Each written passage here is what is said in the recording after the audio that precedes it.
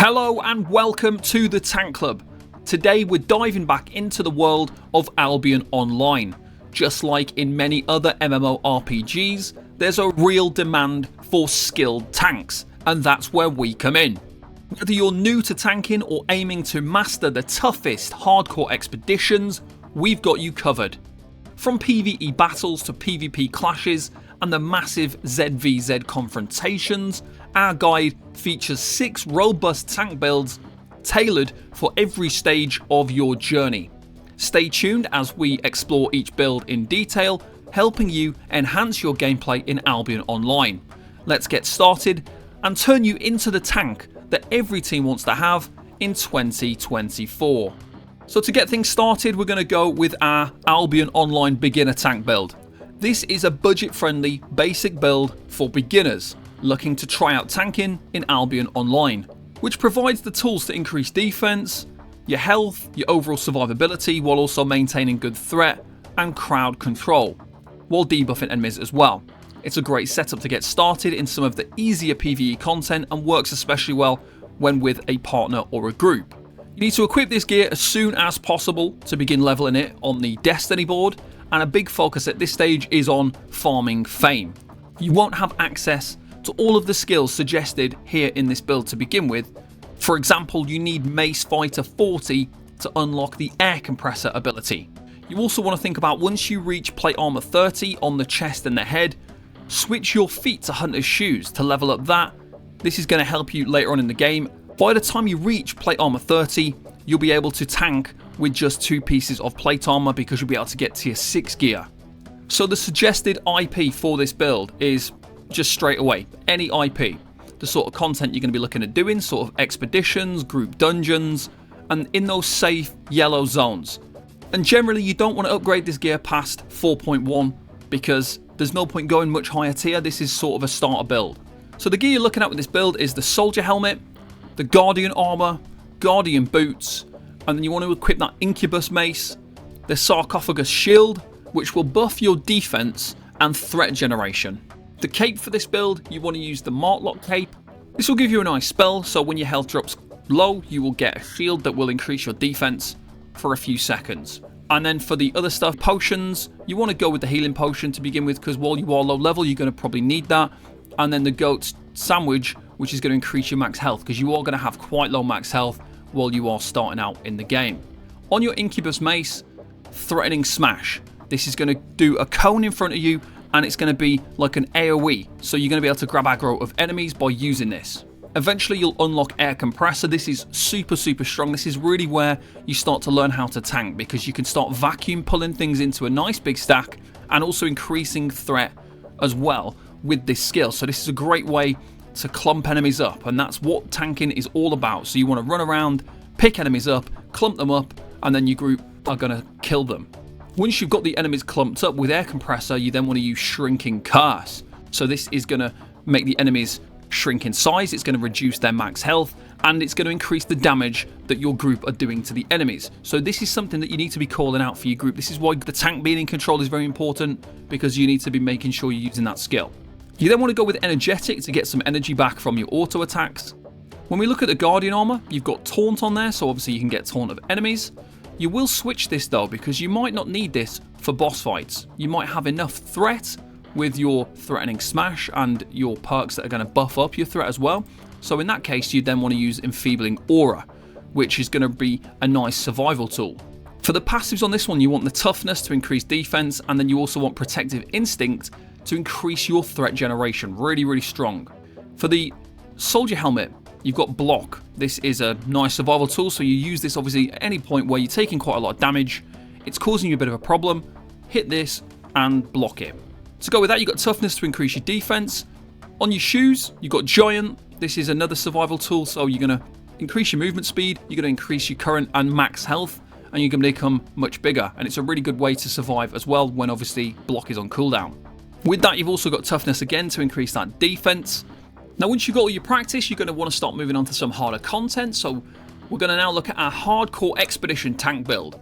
When you attempt to join a hardcore expedition, this is the build your group will be expecting you to be using as a tank. And this is a very well-rounded general build for tanking those hardcore expeditions. It is a really tough role to play. You'll need to be kind of in control of your group, you'll need to be communicating, you'll need to be pulling many enemies, crowd controlling them, and then managing your cooldowns alongside maintaining aggro of enemies. There are further optimizations or swaps as they are known in Albion Online, which can be made for specific hardcore expedition fights and bosses. As you gain more experience, you'll need to obtain alternative gear and use different skills to optimize for those specific situations, especially if you want to do the higher level hardcore expeditions. So you won't just be able to use this build forever. This is a good way to get started on the lower levels. As you are progressing to the harder level difficulties, you are going to want those swaps and those pieces of gear that are going to really help you out in the long term. So the suggested IP for this kind of build is going to be 1,200 plus. Obviously the content you're going to be doing is those hardcore expeditions.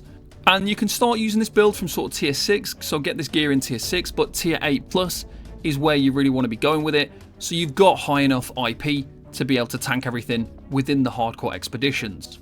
So for this build we have got the soldier helmet, we have got the guardian armor again, so still the same from the beginner build. So if you leveled these up by wearing them for the beginner build, this is now going to be valuable for you because you're going to have them available for this as well. Then we've got the royal shoes. We're also just using a mace weapon for this build alongside a leering cane to improve your cooldown rate and increase your crowd control durations. With this build we also use the Bridge Watch cape, and this gives us the skill Sandstorm, which will activate when you use your third slot ability, and it will create a sandstorm in a 5-meter radius that slows enemies and decreases their crowd control resistance. So a really strong option to use while we are obviously running through this difficult content. And then for the other little bits, we've got the pork omelette, and we've also got the major poison potion. Those major poison potions, you throw the potion at a target enemy, poisoning the target and dealing damage. Whenever the poisoned enemy takes direct damage, they will be slowed. So again, it's another thing to help us out. And then with the pork omelette, it increases the cast speed and cooldown rate, which is going to be extremely helpful as we're going from ad pull to ad pull. Okay, so for the skills, now this setup relies on you to be using the authority and dread-laden fighting passives to extend the duration of crowd control effects, notably your snare charge, which helps you keep enemies under control.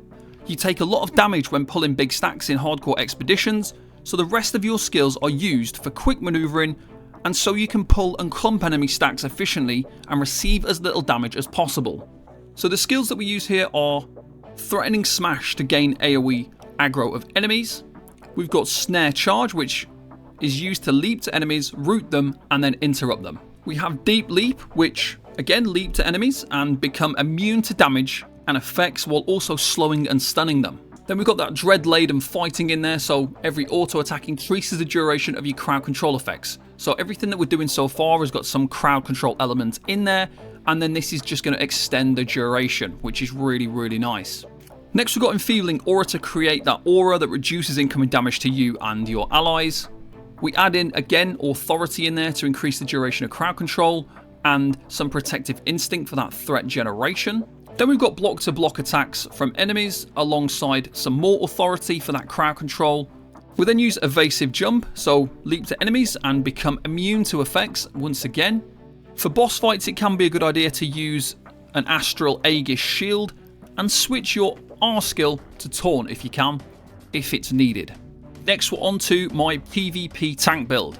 While tanks are useful in PvP in Albion Online, this is more so the case within large group PvP. So this build is more of a kind of bruiser build used for those small or solo PvP situations like arenas and hellgates.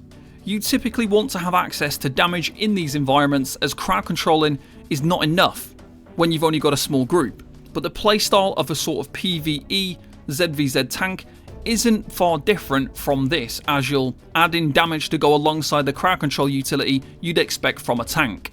You can start using this at a lower tier and lower IP as you progress in the PvP environment, and also level up your Destiny board, but the suggested IP would be sort of 1,200 plus.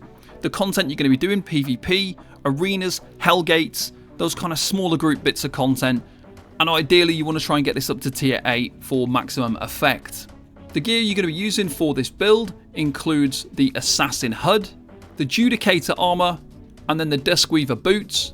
We're going to have the Heavy Mace with this build, which is really good for PvP. You're going to have leveled up Mace already with the other builds when you're doing that PvE content, so this is going to fare well for you in PvP as well. For this build, we'll be using the Bridge Watch Cape for the Sandstorm ability to slow enemies and reduce their crowd control resistance, which is really good for PvP. We've then also got the Beef Sandwich and then the Gigantify potion as well. And then with that potion, it increases your max health, makes you immune to force movement effects, and then with that Beef Sandwich, it's going to increase max health and increase the duration of your crowd control effects as well. There's no set rotation in small scale PvP, as you need to be much more reactive to the quick changing environment and utilise these skills at the best possible moment to turn the tides during battle. The skills we've got here include Sacred Ground, which silences and slows enemies inside the circle. We've then got Snare Charge, so you jump to enemies and root them and interrupt them. We've also got Battle Howl, so it summons a circle that silences enemies and purges all their buffs when hit. With that, we put Dread-Laden Fighting, so increase the duration of crowd control effects. Then we've got Force Shield to increase damage, resistance, and healing received for you and your group members that are stood inside the area. Combine that with a bit of toughness for increased defense. Then we've got Meditation. This increases your cooldown rate. Balanced Mind to increase your damage and your healing cast, and increase in defense as well. Then we've got Crush Charge to dash through enemies knocking, dealing damage and stunning them if they collide with the environment. Add a bit more defense on there. Next we move on to our off-tank build. This build is used for large group PvE content. This content is usually quite optimized and organized. You'll often have to follow the request of your raid leader, so this build aids as a guideline of what to level up and pre-plan before going into those large group environments. There are typically 2 tanks in this content, but this build is for the off-tank who will typically not lead the group, with the primary role being to aggro and clump enemies, and then on bosses you'll help to reduce incoming damage towards group members. The suggested IP for this build would be 1400 plus. The content you're going to be looking at doing is those Avalonian Elite Dungeons and large group PvE content, and you want to be aiming for tier 8 plus on this gear as well. The gear you're going to be using with this build include the Soldier Helmet, that Guardian Armor, Royal Shoes, and then we've got the Incubus Mace with the Astral Aegis Shield. With this you also want to use the Caerleon Cape, which will reset the cooldown of your weapon's first slot ability after you cast it. Now there is a kind of rotation that you want to go with for this build, and that will usually consist of going in with Threatening Smash to gain aggro of enemies. Then you want to use Air Compressor to clump mobs together, but only use this on Avalonian Acolytes, Drones, Monks and Spearmen, as the other adds won't be able to be pulled in with this ability. Once you've done that, you then want to turn to the enemies and use Shrinking Curse to debuff enemies and increase the group's DPS. For this you want to use Energetic because you need to have that energy for casting your skills. You then need Taunt so that you can pick up aggro of loose enemies. Toughness to increase your defense, these enemies are going to hit you really hard, and Protective Instinct for that threat generation. And then your last 2 skills, you've got Block and you've got Refreshing Sprint. These are both just used to survive attacks from enemies. So movement speed, cooldown rate increase with this one, that's going to be really helpful, and then blocking obviously to block attacks so you don't take as much damage. You want to increase your defense on everything because that's going to be really important, and then Quick Thinker to increase your cooldown rate. The poison potions here are used again, so you throw these at the enemy, they take direct damage, they're slowed down, and then the Pour Comet is really important to increase your cast speed and cooldown rate. You might be asked to switch your offhand to Mistcaller, the head to Guardian Helmet or the Assassin HUD, and also your armor to Royal Armor. The skills you'll use here: Defensive Slam, increase your group damage resistance for you and your group. You'll then also use Guard Rune, which is another group damage resistance buff. Shrinking Curse to debuff enemies and increase group DPS. Enfeebling Aura, so create an aura that reduces incoming damage to you and allies. Emergency Shield, to provide a group shield absorbing damage and cleansing all damage over time effects. And then also Refreshing Sprint, increase that movement speed and cooldown rate. My next build is a ZvZ Offensive Tank build. Tanks are crucial in large scale PvP battles. As an offensive tank, there are many great setups, and groups will often require multiple tanks in different gear setups. You should first ask your group leader if they have a specific setup they would like you to wear. In group PvP situations, you'll be expected to support your group with clumping enemies and leading your group into battle. This is just one of multiple offensive tank setups you could use in ZvZ content. Most groups will often have 4 offensive tanks in different setups. The suggested IP for this build is 1400 plus. The content you're going to be doing is that PvP, that Zerg versus Zerg content, and you want to hit that tier 8 plus if you can to get the most benefit and to reach that IP level. For this build, you're going to have Knight Helmet, so it's going to be that plate armor, which is already going to be leveled up, which is really good. We've also got Judicator armor. We're also using Hunter shoes. We're using the Mace along with the Taproot, which increases max health and health regen. We've also got the Martlock cape to give us that shield and defense when our health drops low. It's also a good idea to have the Swift Claw mount for this. This is one of the better PvP mounts and one of the cheaper ones to get as well. And then alongside that, we've got the Avalonian Pork Omelette and the Major Resistance Potion. Now usually you'll have a group lead who may possibly call for certain actions at specific times on certain targets. So you need to listen for callouts when you're in a large PvP group, because that is how PvP is organised, is you want to be in a group where people are calling these things out. But the skills you're going to use, we've got Sacred Ground, Silence and Slow Enemies. You've got Air Compressor to clump enemies together and make it easy for your damage dealers to drop their AoEs down and kill people. You've also got Deep Leap, so you want to leap into the enemies and it slows and stuns them. We've also got Energetic to get those auto attacks restoring energy. Then you've got Force Shield to increase resistances and healing received for you and allies. Toughness for increased defense. Then got Displacement Immunity, it makes allies immune to forced movement effects, alongside increased defense. We've then got Rush, increases your movement speed, but vitally also buffs your crowd control effects as well.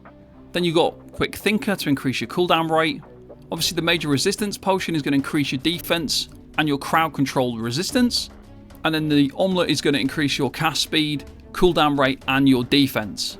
Now when we switch over to a more defensive tank build for ZvZ content, you are also important in large scale PvP, but they are played very differently to offensive tanks.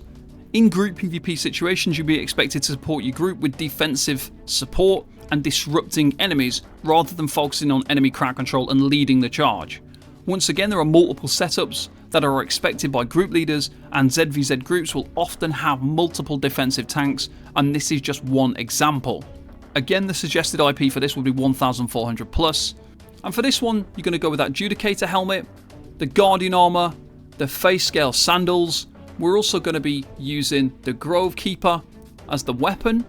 You want to have that Martlock cape in there again, and also the Swift Claw mount if you can. Avalonian Pork Omelette, Major Resistance Potion, and that completes this build. Now the skills here are a little bit different, so you are going to go for Powerful Swing, so it knocks back enemies and makes them take more physical damage. You're also going to use Inertia Ring, so it slows enemies, ignoring CC resistance, which is really, really good. You've then got Ground Pound, leap to enemies, stun them and increase your resistance. Get that increased energy from auto attacks. You've then got Enfeebling Aura, so reduced incoming damage for you and your group, and slows enemies and reveals invisible enemies. Toughness to increase the defense. You've got Electric Discharge to stun enemies, alongside a bit more toughness. And then we've got Energetic Sprint to increase move speed and energy restore. A bit of concentration there for the cast times. And again, Resistance Potions increase your defense and your crowd control resistance. And then also that Omelette is going to increase your cast speed, cooldown rate and defense. So that is everything for my top 6 Albion Online tank builds for 2024. If you've got any questions, feel free to join me over on the Tank Club Discord or drop a comment below. Please let me know what your favourite builds are and if there's anything that you like to do differently. Thank you very much for watching, and I'll see you next time. Bye bye for now.